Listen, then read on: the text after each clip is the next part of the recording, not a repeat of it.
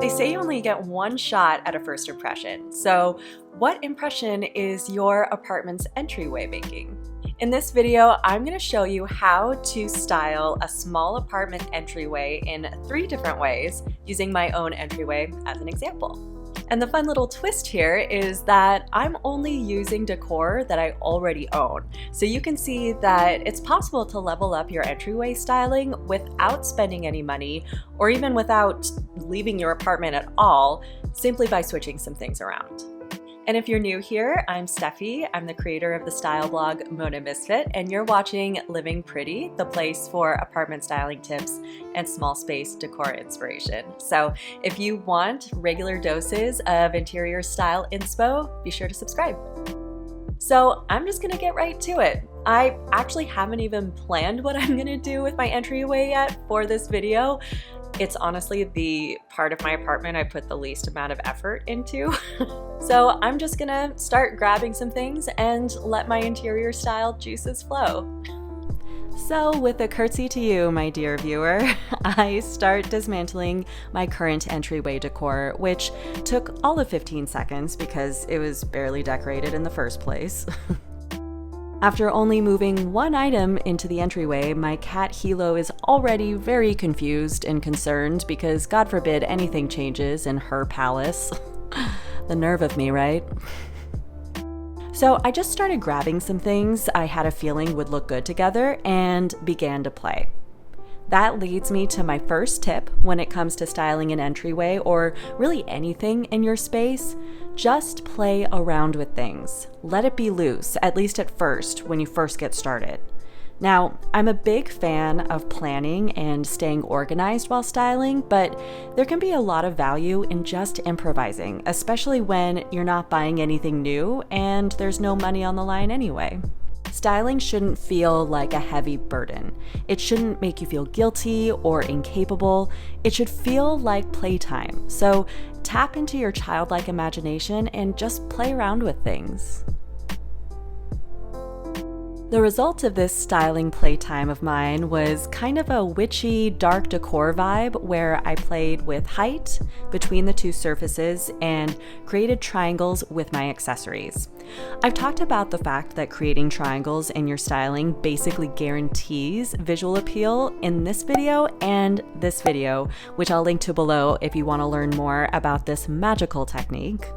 While this look is not perfect, a round table jutting out into an entryway isn't ideal, which is why console tables are best. I'm definitely feeling like this is so much more visually interesting than how my entryway looked before. So, on to look number 2. With this next look, the only thing I had in mind was that I wanted the color palette to be more on the coppery, burnt orange side, whereas the last look was dominated by green and black. That's another tip I have for you. Sometimes starting with a specific color or color palette in mind can help propel you through your styling process with more ease. So if you're ever stuck on where to start, try starting with color and see where that takes you. For example, starting with the warm wood of this rustic side table set me on a path of using other warm colors like the orange in this rug, the copper of the faux eucalyptus, and the amber of this vintage style Scotch bottle. Lots of warm, orangey colors.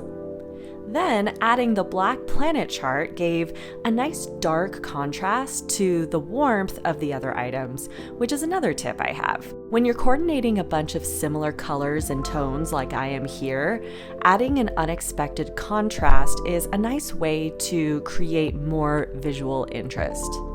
It's also a nice way to completely throw off your styling, so be careful with this one. It's all about finding balance, and if something feels off, trust your instinct and change it.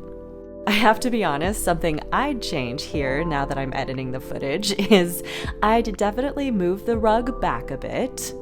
A rug should be more blended into a styling scene, not living on the outskirts of it like it is here. So in retrospect, that's something I would have adjusted.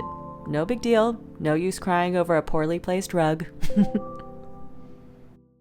Now let's move on to look number 3, which begins with a pretty idiotic move on my part, but you know what? Doing idiotic things is a valid part of the interior styling process. If you don't try several stupid things while you're styling your space, you're probably playing it too safe. So this is me thinking it'd be a fun idea to move my big-ass armchair with an unsuspecting helo on it to the entryway to create a cozy sitting area beneath my beloved back photo. Spoiler alert, it looked ridiculous. So let this be my permission slip to you. If you do something that doesn't end up looking good, that's okay. Just change it. This is where so many people give up and resign themselves to just not being good at decorating and therefore unworthy of a home that makes them happy. No, this is part of the process. Messing up is part of the process. You're probably just a couple mess ups away from creating a beautiful little space. So the first look in this video was dark and witchy, the second look was warm and boho, so with this third look, I wanted something calm, gentle, and monochrome, which started with my silvery nightstand here.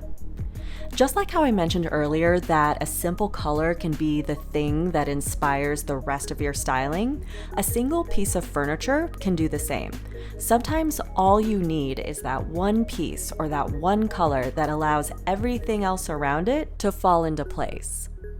Speaking of falling, but not into place, you're witnessing the beginnings of an epic battle between woman and faux cherry blossoms. 'Twas a hard-fought battle against a worthy foe. A faux foe, if you will. And just when I thought it was over, just when I began to slowly step away, my OCD ass couldn't stop adjusting these damn faux cherry blossoms until they met my standards for perfection. Interior styling really is enough to drive a person mad. No wonder so many people give up too soon.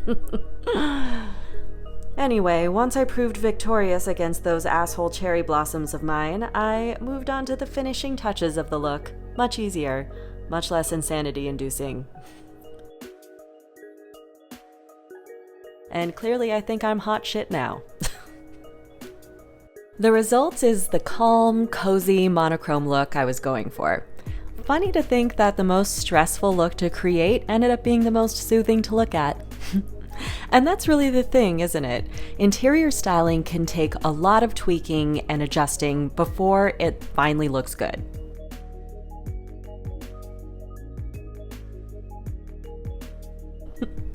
Anyway, I would even argue that most styling projects look downright bad right up until the very end when things finally click. It's an iterative process, and each flawed iteration is one step closer to the result that you want. So if you walk away from this video with anything, it's to stick with it. Embrace the flaws, embrace the mistakes, and let it be ugly until it's pretty.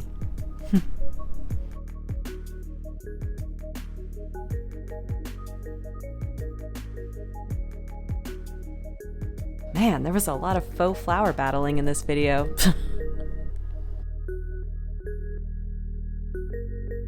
So there you have it. That is how to style your entryway in 3 different ways without even buying anything or leaving your apartment during a global pandemic.